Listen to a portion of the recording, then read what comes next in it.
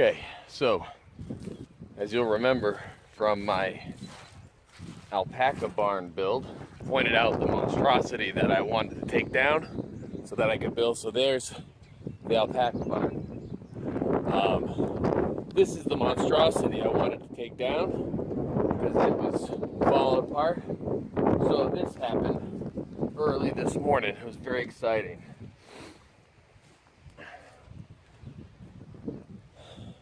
This roof didn't used to be at so steep an angle. It used to be connected right up there at the top of that stud, that wall stud. It fell down. We had a windstorm this morning, and it fell down, trapping that big brown guy you see running towards me. Not her, him. And he was stuck inside because this wall was still up. So he was inside, unhurt, lucky for all of us. And the only way I could get him out was I took this wall down with a sledgehammer while he was inside, knowing as soon as there was an opening,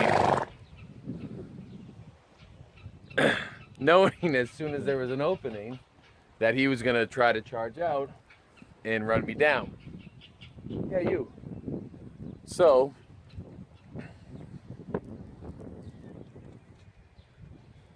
it's exciting.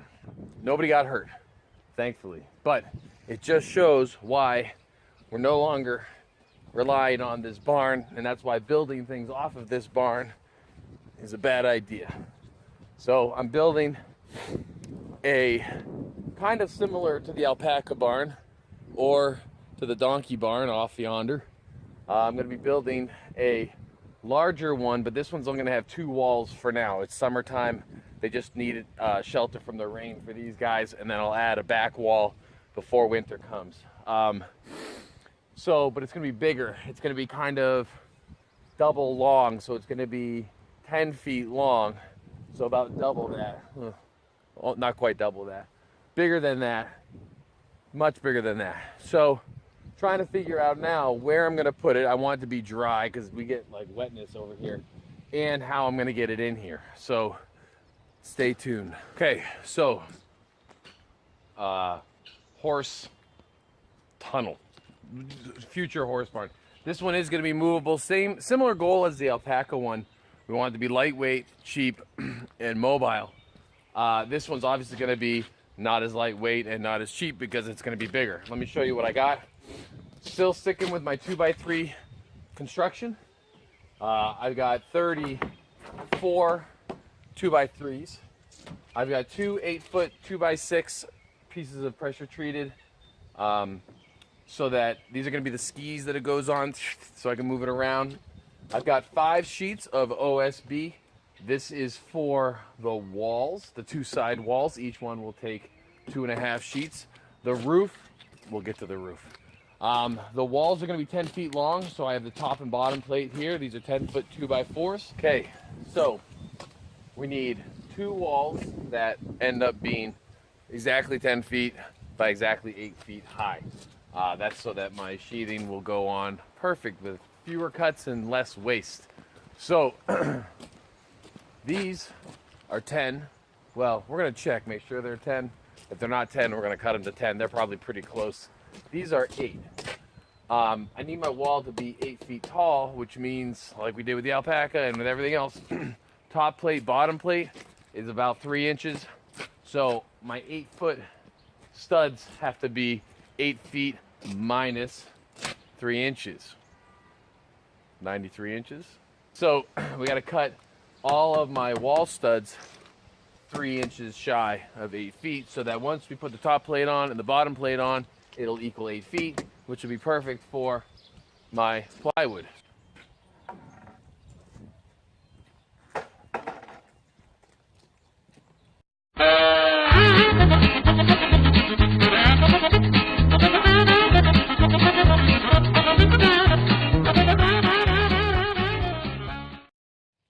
I'm going to use the first one as a template for all of the others.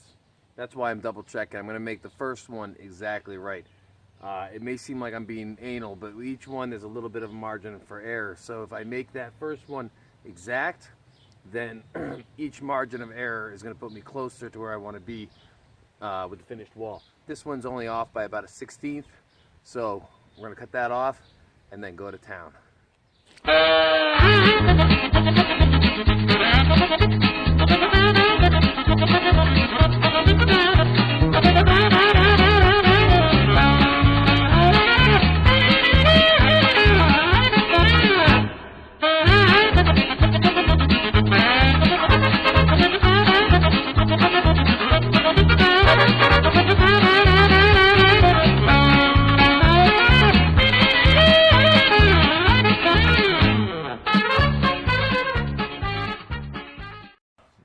So I'll catch you up real quick what's going on.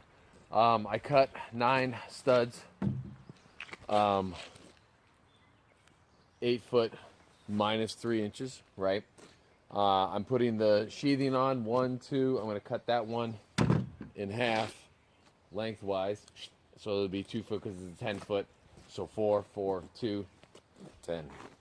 I did have to cut those 10 footers just a hair off because they were a hair long. One thing I did want to mention that I forgot to mention before, I used the same stud cut exactly to length, and I used that one on each one that I'm going to cut to length. This is for the other wall. The reason I do that is, let's say I use my measurement, my pattern here, and I get it just a hair long or a hair short, and then I use that next one on the next one, which is a hair short, and the next one's a hair short, and the next one's a hair short. That aggregate change can be a lot. And I do this because I've made that mistake. So we've got the second wall framed up. This is the first wall underneath it. Second wall is framed up. Just using my first wall as a platform. I'm gonna coat it with the sheathing. You know, it's gonna help the strength, keep the weight down. Then we're going to build the roof. Okay, quick update on where we're going with the roof here. Well, the barn. So, wall,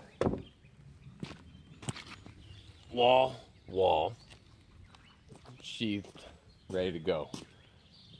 Pressure treated skis. Those are going to go under the 2 walls. I'll show you when we get there. And now these are my, I guess you'd call them roof trusses. Now, I cut those.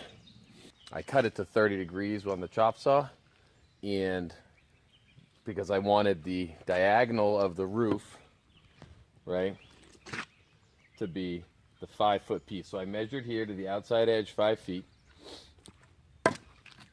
and then I drew a line 45. Well, actually, I just set the line there for the chop and set the saw to 30 degrees so that when the 2 of them together go, I'll have a 3, 4, 5 triangle. Because, and I'll you know what, I think I need a piece of paper to show you how to do this. Okay, I'm going to do my best to explain this to you guys on how it works in my brain. So there's my diagonal of my roof. I wanted that to be 5 feet. I know from my geometry that a 3, 4, 5 triangle has a right angle there, and this is 30 degrees and this is 60 degrees. So, because here's, you know, that's just half of my roof going this way, so that's going to be exactly the same. So if I zoom in on that guy, I've got that going straight down to the ground, and I've got the same piece going this way. So I've got 2 pieces of wood that are meeting each other, and this is a horizontal line that's right there, right? And I know that would be if the saw did a square cut. Maybe I'll get a little closer there to you guys. So what I knew is I needed to find this angle here, because that's what I would need to set the saw at. So I could do this a number of ways, but if you follow this line, this perpendicular line down, right? And we know boom, boom, boom, boom, boom, boom. So we already learned that this is 60 degrees, as shown here, right? We know that this, the normal cut, is 90 degrees with the saw. So then I need to find out this, right? What's that remaining degree? Well, we know this whole piece is 180 degrees, right? Because it's a straight line. So if I subtract 90 from 180, because that's my right angle, right? And I subtract 60 also from 180, that leaves me with 30 degrees. So I set my saw to 30 degrees and I'll get that cut on both sides and it will be my perfect angle. That's what it looked like. Okay, we've got the right angle, the right distance, you know, it'll damn near hold me up. I'm not gonna say how much that weighs, but you know, it's only holding on top that lightweight PVC roofing that was on that collapsed barn, so it's not even as heavy as the plywood. So here we go.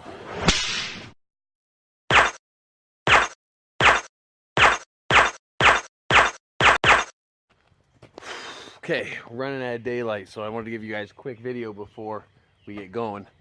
I got one wall mounted to the top of the Jeep, and I only got one strap on right now, but I'm gonna get another strap on. I know I have the weight distributed back a little bit because I'm going downhill, so if it's gonna fall, I'd rather not come on my roof. I'd rather take my bike rack off the back. So I'm going to do one at a time. I was going to do them both, but I think I'm just going to do one at a time. I'm going to strap the back in here, and then I'll show you guys some video of me creeping through the path that I cut yesterday. So, wish me luck. So, I made it. Holy shit, that was dragging the whole time. That's super dangerous. Made it. This is down. So that's the bigger version. That's the version I've already built. That's a little smaller, actually, than this guy that I just built. That little version was for these guys. It's a couple of the donkers. You guys want to come say hello? Come here, Ebenezer. Come here. Oh, he's like, hell no, I don't trust that thing in your hand. Sneezy. Come here, Gabriel. Come here. Nope, don't want to. He's gonna roll. You can't roll uphill, buddy. You keep your, oh! I've been proven wrong. It happens all the time. Is that you on the screen? Oh no. I made it through. I was filming, I thought, the whole time, but it got cut off. But that's okay, I have another wall, and I can show you live footage of going through the woods with this on. It was super exciting and thankfully uneventful.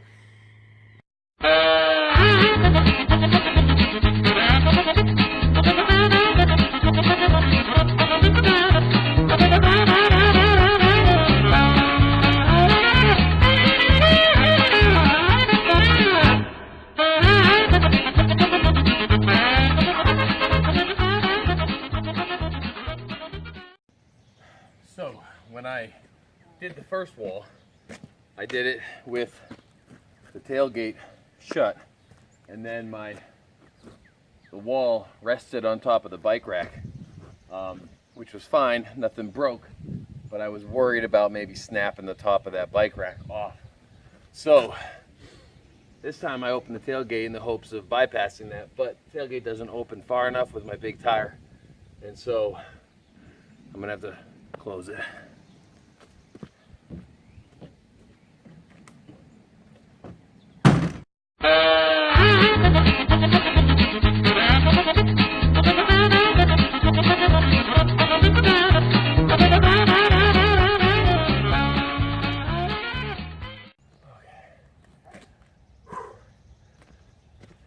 Step one, on the roof. Now I got to tie it up.